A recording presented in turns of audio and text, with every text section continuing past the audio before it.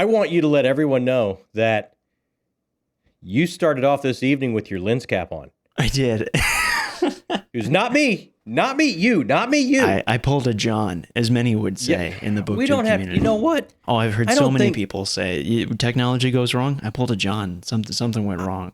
There's some kind of magical problem here that's not explainable. I've never heard. It's just the proximity to John makes technology stop working. You're like a living EMP, is what I've heard. This is like headline news to me. Never heard this. This is ridiculous. Oh man, the names I could drop right now. I've heard. I don't want to be mean and make people up that haven't said things about you. There you go. There it is. Welcome back to Talking Story. Hey, my name is John Mitten. That right there is my literary wingman, the one son, the scion to the Talking Story throne, and the best producer on BookTube. The person that I owe so much to, the person that I wanted to do what we're going to do today, all because of you. Man, that was a surprising and long fourth title. Thank you. That's very kind of you. Yeah. My name's Jacob.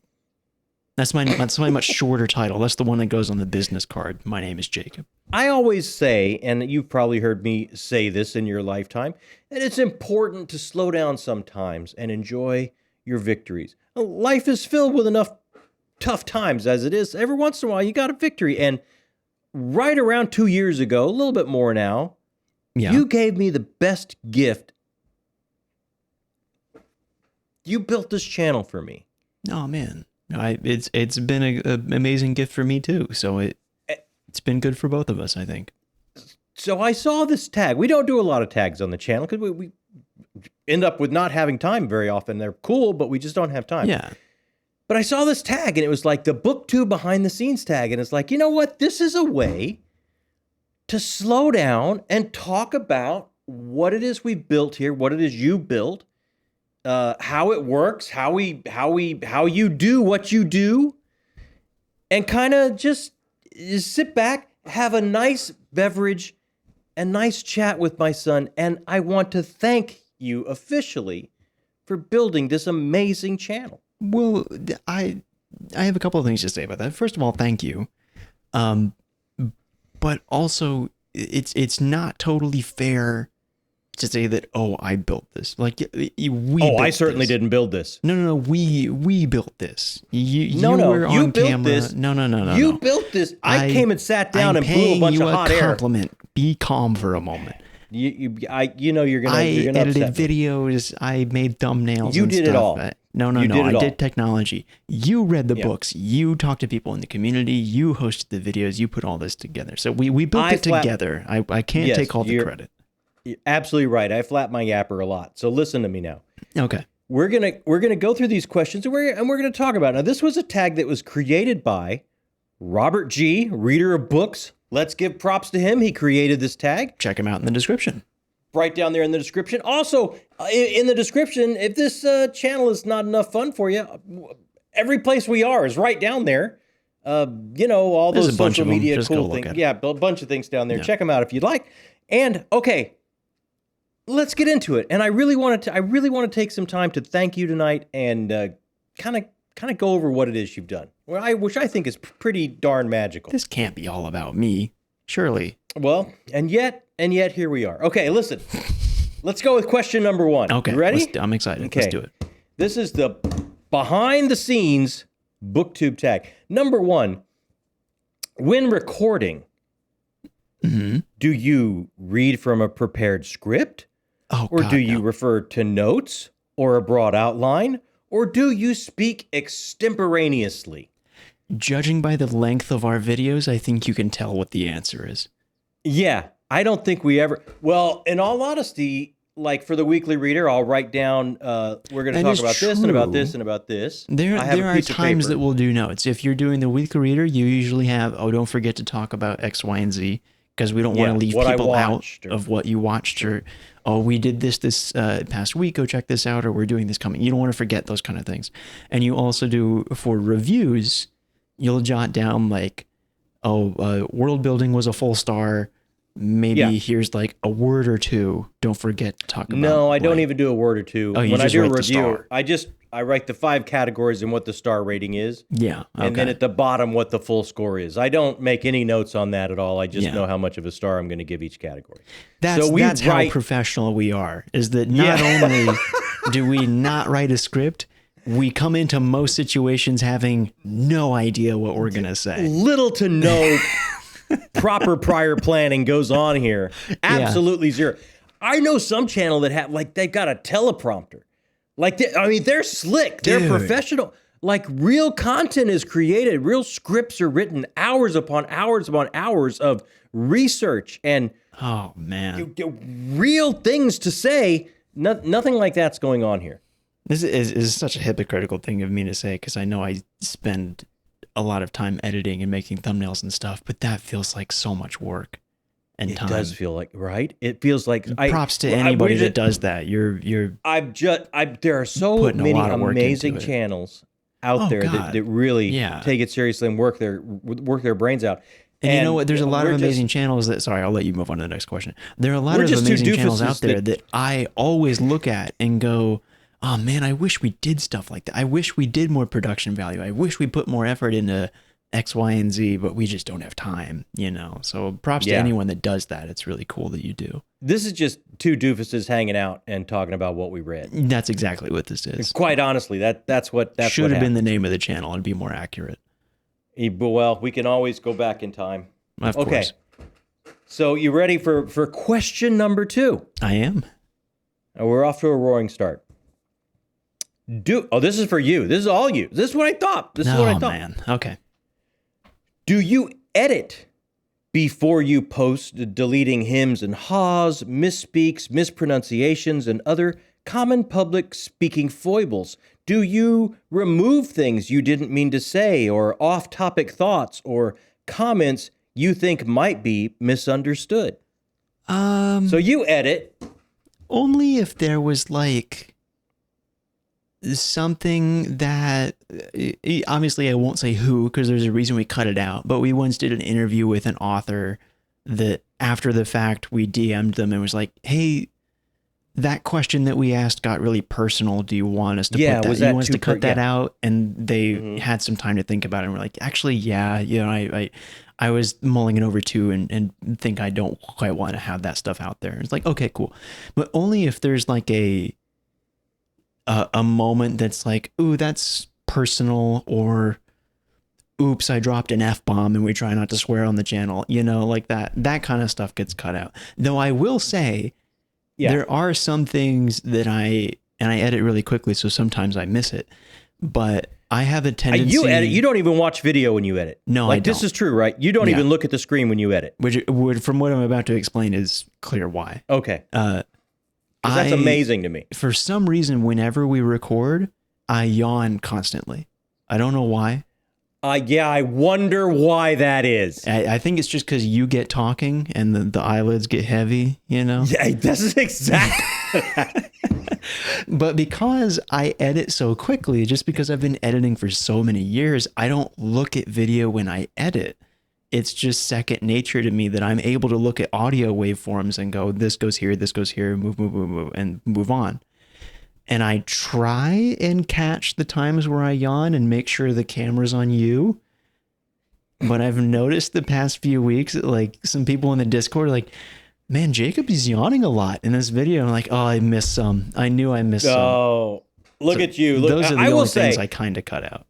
We don't watch for foibles or stumbles or hymns or haws or if we mess up. There are a lot of times that there are just like awkward 3-second silences while we're thinking of what to say. That like that I just leave that in while the old man brain loads. Like sometimes I just vapor lock, and then you can see the wheel spin, and we just leave that because honestly it's just us talking, and to try and come across as anything more was just not what we do. When the runtime for your videos is like an average of like 40-45 minutes, something like that. Dude, something like that, yeah.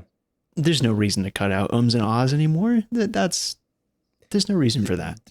There's so many more things that should really be cut out. Yeah. The effort should have gone to not make that video 45 minutes long. I mean, we could go back to question 1. The effort should have gone into writing down something worth saying. Yeah, anywhere else. This is not working out the way I thought. This is all just questions of talking about why we're bad at this. Yeah, exactly. This is exactly how this is going to go. I was going to say, oh man, you've built this beautiful channel. Let's celebrate. And it's like, we just are not good at what we do here. Held together by balsa wood and glue. Oh, if we ran out of Scotch tape and baling wire, the whole thing would fall apart. Okay, listen to me. Here's number 3. Are you ready? I'm ready.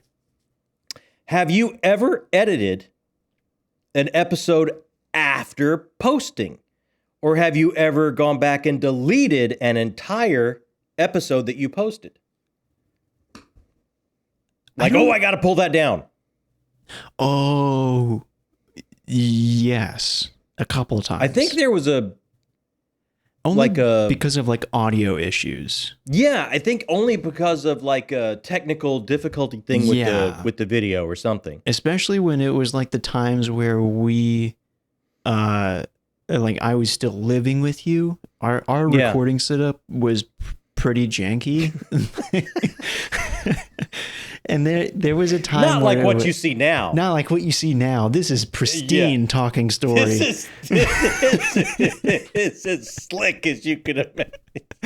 But there was a time where like there was some because I was off camera. I didn't have my own camera yet. I just had a microphone.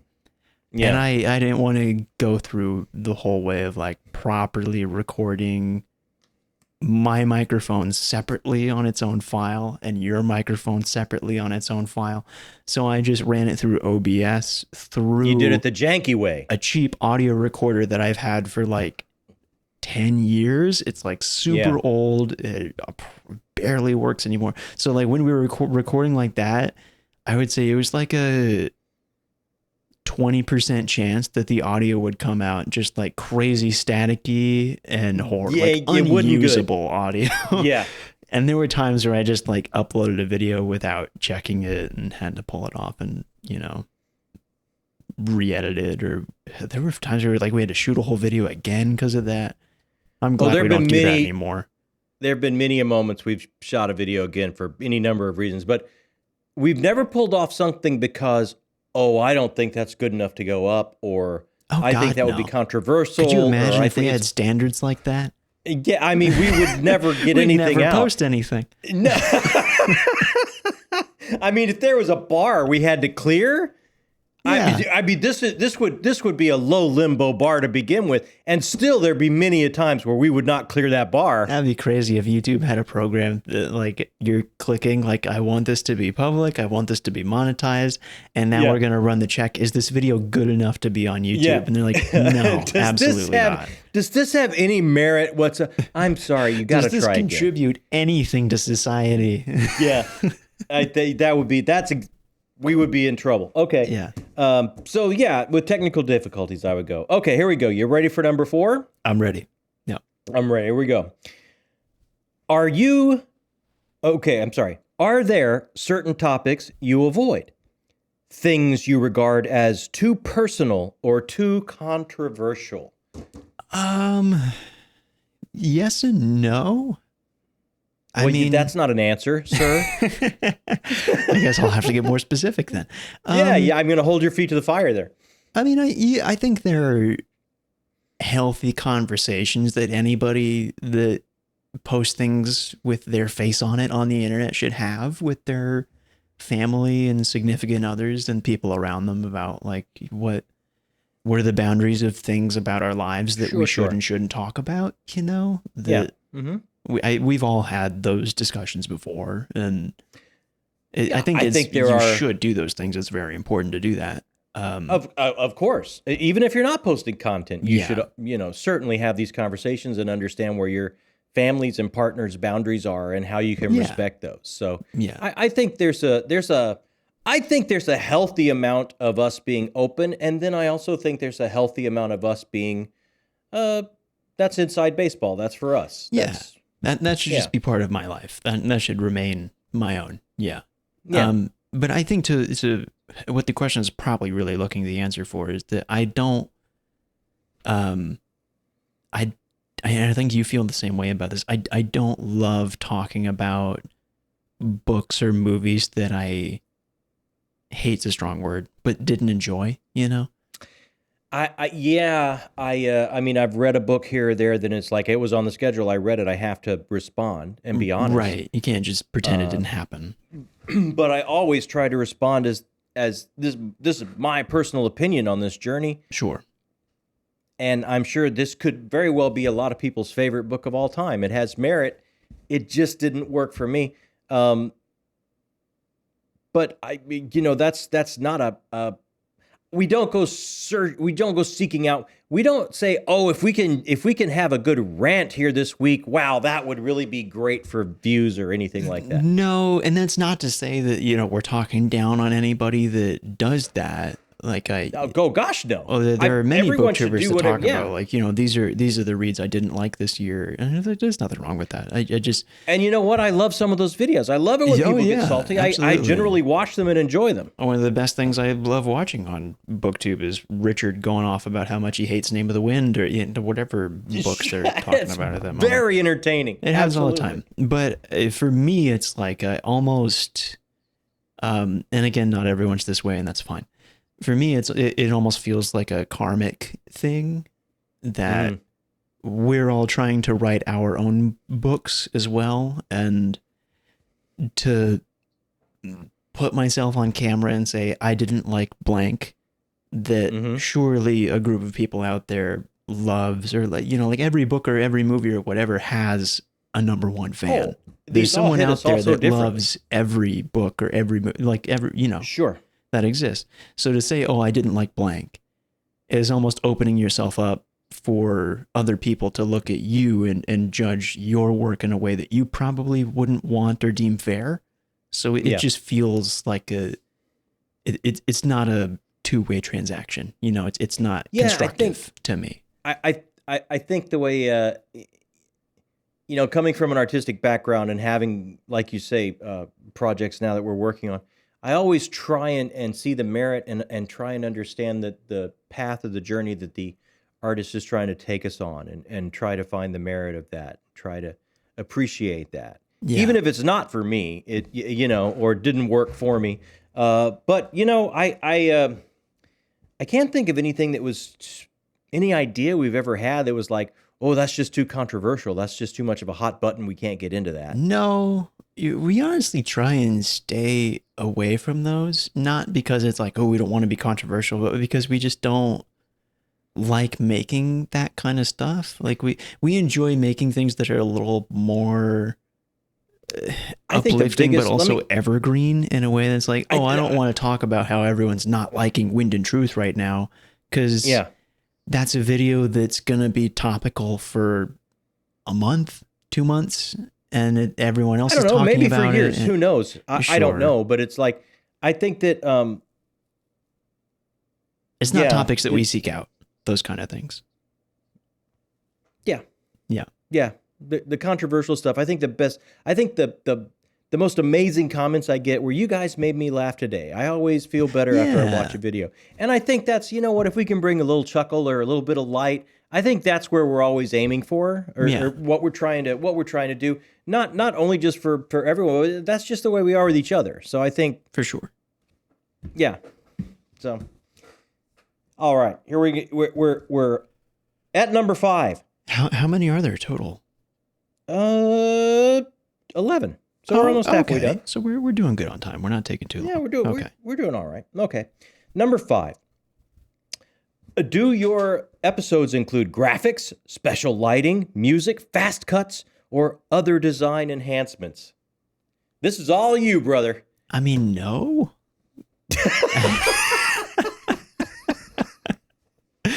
You'll put in some text or something every once in a while. I'll put in text if it's like, oh, we're figuring out which Patreon read wins for the book club this month, or or if I'm correcting, or you're something, making fun of me, or if I'm making fun of you, or if Pooh's on there, I got to put little subtitles for what Pooh's thinking. I got to do that.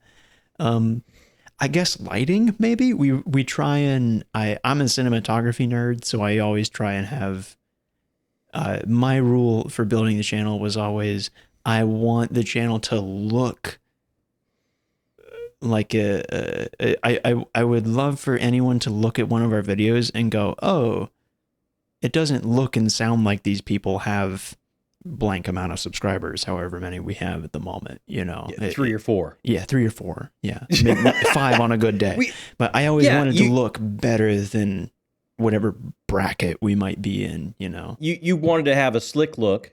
I wanted to have a slick look. Yeah. Which is, if you go back and look at some of our beginning videos, I failed quite hard. We were not slick. It looked pretty bad. But we look good now. Yeah. Like we put effort into good lighting. That's kind of the only thing production-wise we really put extra effort into. Sound. I think sound is pretty good. And I mean, I get this microphone's like $70. It's not. Our video quality is pretty. I mean, you do better than you're giving yourself credit for there. Probably.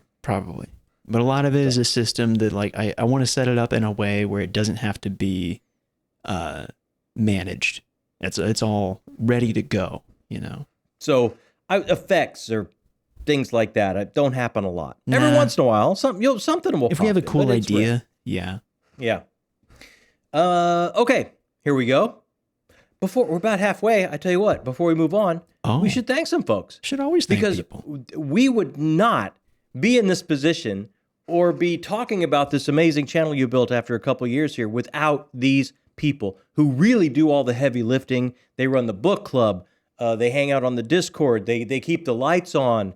They take over our channel whenever we do Town Square. I'm talking about our correspondence directors and producers who make everything possible. Absolutely. It is not the channel that I built. It is the channel that we built and the channel that they built. So thanks, everybody. More important, I would say where we are now with the channel that they built. Yeah. Compare between us and them, we did very little. So very little. I think that's becoming more evident as we go through these questions. Do you do this? Do you do this for your videos? No, we don't. Thanks, everybody. Thanks, everyone. Just a quick break in the action to thank all of our correspondents, directors, and producers on Patreon. These people keep the lights on. They make decisions for us because we don't know what we're doing. We're not great at making the decisions around here. The decisions all the way from what I'm going to read next, what the book club of the month Patreon pick is going to be, but all the way up to video ideas and what we're going to do here on the channel coming up for you. If you're interested or you want to find out how you can be a part of this, right down there in the description box, click the Patreon link. It's got all the answers for you. And once again, thank you to all of these fine people that are helping us build the channel, our correspondents, directors, and producers. All right, so you ready for number 6? I'm ready for number 6. Okay, here we go. Do you have a target number of episodes each week? Yeah, 3. We upload every Monday morning, Wednesday morning, and Friday morning. Monday is always weekly reader. Monday's always weekly reader. We like to launch the week, checking in with everybody. And then we come up with other shenanigans ideas or something. Sometimes we'll have other booktubers on and do Talking with Tubers, and that's a live. But we look for 3 things a week. And then I think Mom does how many shorts a week? Any day that we're not posting a long form video, a short goes up. So there's technically a video every day. No, I think she takes Saturday off. Oh, okay. I didn't know that. Yeah, I think she takes Saturday off. Okay. So I think she does 3 shorts a week, and then we do three videos. So every day there's a video, but Saturday. Okay. Yeah. Cool. Yeah, because people have stuff to do on Saturday. There's far too much talking story in the world right now. That's probably we have an overwhelming surplus of content from us. Yes, we really do. Okay, number 7, sir. Are you ready and prepared? I am ready and prepared.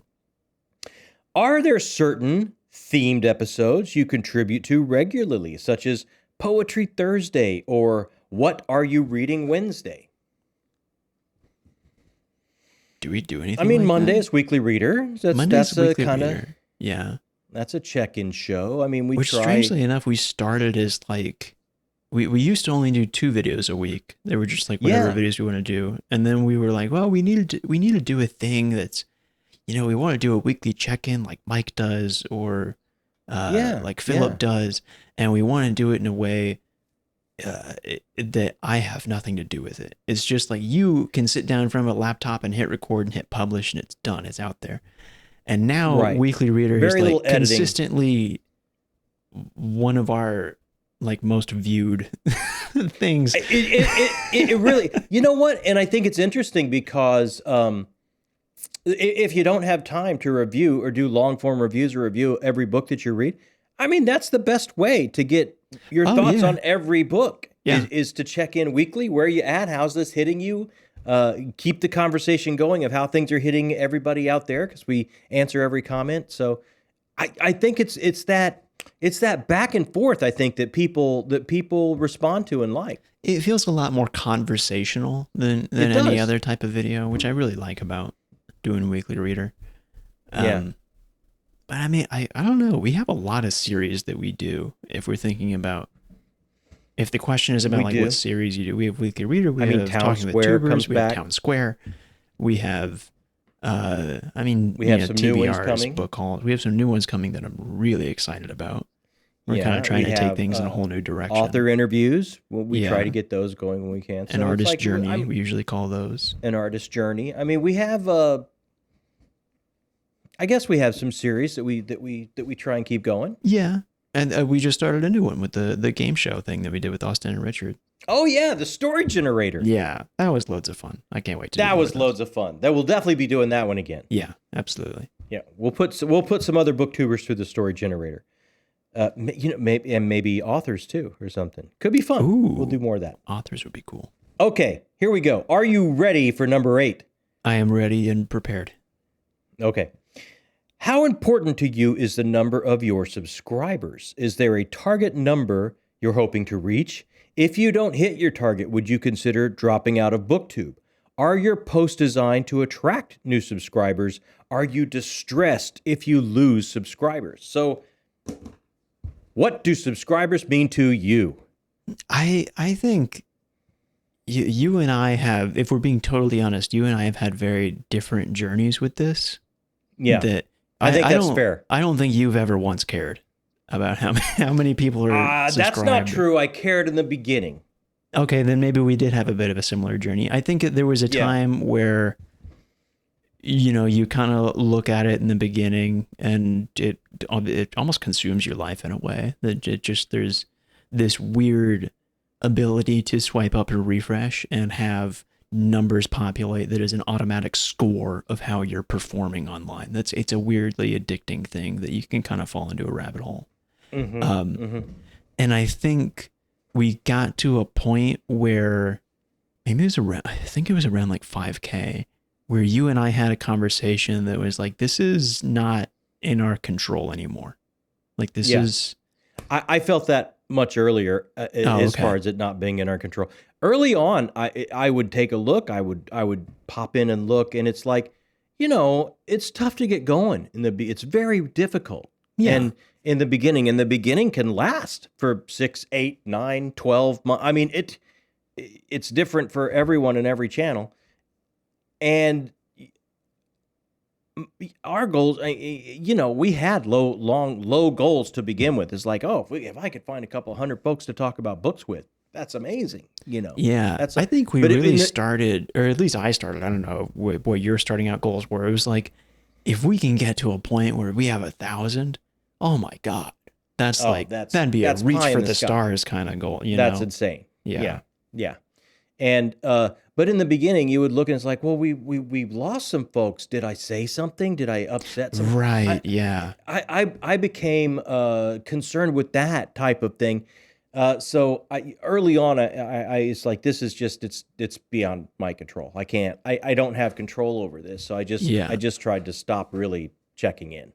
But honestly, the answer for how I feel about it now is like, I have the YouTube Studio app on my phone.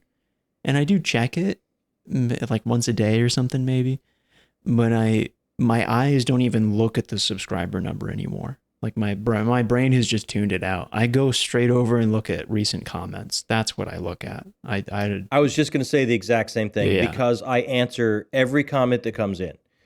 Yeah. And a lot of the times, for some reason, YouTube will park a bunch of comments there and not put them through. Yeah, their notifications are weird. Yeah, it's weird. So if I'm going to answer every comment, I have to go into that app. And if that app is like all the razzmatazz of here's how you're doing and everything, but I've just gotten used to from that. Rarely paying attention and just going into what I need and not making it. But I mean, I can't say I never look because it's right there. You open that app and it's all over the place. So, but I try to keep that on the back burner as much as I possibly can. Like if you asked me what our subscriber count is at this point, I honestly wouldn't be able to tell you. You probably get like a vague within 1,000 or 500 subs margin of error. Maybe because I think you'll tell me every once in a while, or someone will shoot me a comment every once in a while or something. Or I'll catch it when I go in there to look at comments. But it is true that there are times where we hit 10K and someone will like DM us on Twitter, be like, "Hey, congrats on 10K." We're like, "We hit 10K? That's awesome." We had no idea. So that's happened a couple times. Yeah. So I would say definitely it's absolutely not. No. Would we ever quit? No, oh my gosh. I mean, No. I have people talking to books with me. That was the whole goal for me. I think my thing at this point, and I've started feeling this way recently too, that I've moved further away from you, just like distance wise. Like why would I quit the thing that lets me hang out with my dad 3 nights a week? Why the hell would I do that? Yeah, I can that is magic. Yeah, for sure. Absolute magic. So, yeah. So, alrighty. Where are we? Okay, we're at number 9. Oh, we're getting close to the end. Okay. Yeah, that was number 8. Okay. Number 9. Do you always respond when tagged? Like if someone tags us in a video? I'm going to assume that means everywhere. Like across socials, or because we get tagged on Discord and stuff quite often. I guess I sure try. I know when someone does a booktube tag and they list our channel, there's a lot. There's been some that I haven't been able to do because we just run out of days. People do that? Yeah. Oh, at the end of a tag, you're supposed to shout out some other channels and go, "I'm going to tag these channels." Oh. And that's happened before, and we haven't picked up the gauntlet and done the tag because we just run out of time. Yeah. Do you have a schedule? But if somebody tags us on a social or something, or says something, or I try my best. Well, to you respond, do. You're really good at it. I'm not good at it. Well, I'm not the most technologically advanced. I can't. Some of these I don't know where all the. Sure, but you answer comments really well. Like you answer every comment on videos. You reply to people on Discord and Patreon pretty promptly. Like hold on. I'll tell you right now. 9, 10, 11, 12, 13, 14, 15, 16, 17. I have 17 unread messages on Discord right now. Wow. I don't have that. I get caught up and I forget. So I'm not good at it, but you are. So we try our best, I would say. We try. I get to them eventually. Yeah. I'll reply to them in one big batch, and then they sit there again for 2 weeks, and I reply to them big batch again. It's like when you respond, it's like a Bigfoot sighting. It's like, really Jacob is there. He's gone. He hit the trees. He's disappeared. When I text you and Mom the same way, so it's not I'm just well them. aware. Yeah, I'm pretty bad at texting in general. I'm well aware. Okay. Do you respond? This is number 10, by the way. Oh, okay. Last one. Cool. Do you respond? No, there's 11. So just I was wrong. Glue yourself to that chair. Do you respond to viewers' comments? Are your responses lengthy or only a thumbs up or down? I only reply to comments if they're like specifically asking me for something. Like I scroll through and skim and read some stuff just because it's a little pick me up throughout the day. See what people are talking about, what people are reading. But I'll reply to stuff usually if you tell me, hey, someone has a question about, I don't know, what camera we use. I'll hop in. Yeah, or sometimes people will want to recommend a book just for you. Or yeah. If anyone says there's a comment specifically for me that warrants a reply from me, I usually hop in and reply to that. But you reply to everyone specifically You do that as quickly as I can. Yeah, I wouldn't say that they're lengthy replies because there's a lot. Sometimes to get to. they are. It depends. I mean, I've never just done a thumbs up or thumb. I've kind of done a laughing face sometimes. If it's a, it depends. Oftentimes the comments can be very lengthy and very insightful and thought provoking, and just to answer those, you tend to have more of a lengthy response because I got a lot to think about there. Yeah. But I try to respond to as best I can. Yeah. With the understanding that, I can't take as much time as I would love to with each and every person because there's that's what I was about to say. Sometimes there are comments that are like a really personal story. It's like, man, I wish we weren't talking on YouTube. Like I would love to sit down with this. So many times there's so many comments. And some of them are the same week in and week out, and they touch our lives in this way, and they leave us these comments like, "Oh my gosh, if I could I sure wish I could sit with you and have and really have a conversation." Like there have been times where like someone will DM me on Discord, like asking a question or just texting it. You're like, "Oh, I read Howling Dark too. What are your thoughts on that?" And I'll talk to you about it. And you're like, "Hey, this person DM'd me and they thought this about Howling Dark," and like, "Oh, Justin, I know Justin. Justin's great." Yeah, it's like, oh, okay. But and quite honestly, I think that was a big part of why we wanted to do Town Square, was to have more of a see some faces. Yeah, because we comments are the whole point, what it's all about. For sure. Okay, so here is the last one, sir. Have you enjoyed this trip through how you do it, we do it, how it's done? Is that the last question? No, I was just asking you before I asked you the last question. I have enjoyed it. It feels like a little interview, and I know all the answers. This is great. Yeah, you do. Better than me. Okay, number 11, the last question. Okay. Have you ever blocked anyone from viewing or commenting on your posts on YouTube? I don't. I did once by accident. I know that. That is true. You did block somebody by accident. Yeah, I did. That's the only time we've blocked anybody. That's the only time we've ever banned anyone, and it was strictly because I don't know technology. It was someone being incredibly nice, and they commented they were being so nice, and I hit the wrong button, and I banned them. It was like on a live stream that you banned them live. I was absolutely mortified. I think didn't we have to DM them after and figure out how to do it? No, you got them back. I remember that because I wouldn't have been able to sleep that night if you hadn't. But I think that is the only time that's ever happened. But I will say this: if anyone's wondering, because we've had this happen a few times, sometimes people will say, "Oh, my comment disappeared. Did you delete it?" No, and that's not us. YouTube has a really weird flagging system with comments. That like just straight up doesn't work. Like it is sometimes like, oh, you're basically posting a bomb threat in this comment. Yeah, it's going to get flagged and taken down. But there's some that's just like, oh, this person's just talking about a book. And there's not any weird content with the book that maybe they're being political. No, they're just talking about a book. Like, I enjoyed this book. And for whatever reason, the YouTube bot will go, nope, that one's flagged. It will not be posted. So sometimes... And the only way for us to fix it is to like manually go in almost like a spam folder in your email inbox and check it and go unflag, which we don't normally get the time to do. So if anytime your comment gets deleted, it's probably not because of us. Your stuff just got flagged for no reason. I can't. We have never deleted a comment. No, I don't. Well, have we? We may have once.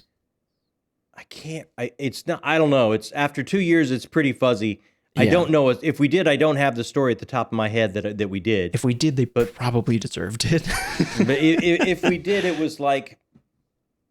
I don't think that we might did. be leading a comment. We try to keep the conversation as far as art and story and how it impacts. And if it starts to go off the rails anywhere, maybe that would have happened. But I can't recall of a time. I don't think we did. I don't think we did.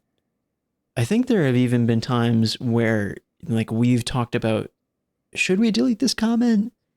And then we go, nah, we shouldn't have that power. If people want to reply to them and say whatever, then that's their prerogative. But Yeah. But I don't think we've deleted a comment before. I can't. If we have, I can't remember. Yeah. I mean, it seems like it seems like we have a time or two. Yeah. It sure doesn't happen a lot. No. I mean, I feel pretty lucky with that.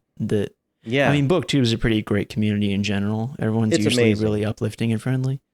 But I do feel like maybe it's my own. This is the community that I see most closely is our, talking story people specifically. So that's why I feel this way. But I feel like our people specifically are usually really chill. Oh, I mean, it's the most amazing group. Yeah. I've ever been a part of. I mean, it's just astounding to me what they've come to mean to both of us. Oh yeah, absolutely. And we wouldn't have it without you and your expertise and you giving me this gift of building this channel. I won't have it. We wouldn't have it without you either. It's both of us. I'm telling you. I would just stand on a street corner and try and talk about books when people walk by. You made all this happen. And you did. You did do that for quite a while. I did that. I've been known to do that. During the pandemic, people were quite scared you were going to cough on them or something. It was intrusive on my part. I do have to own up to that. This was fun. I enjoyed this. I had a great time. And really, from the bottom of my heart, son, thank you. This was an amazing gift. And it continues to be an amazing gift. Not only just because, like you said, it's 3 times a week. You're a little bit further away now, and it's 3 times a week we get to hang out together and sit together and catch up and that kind of thing.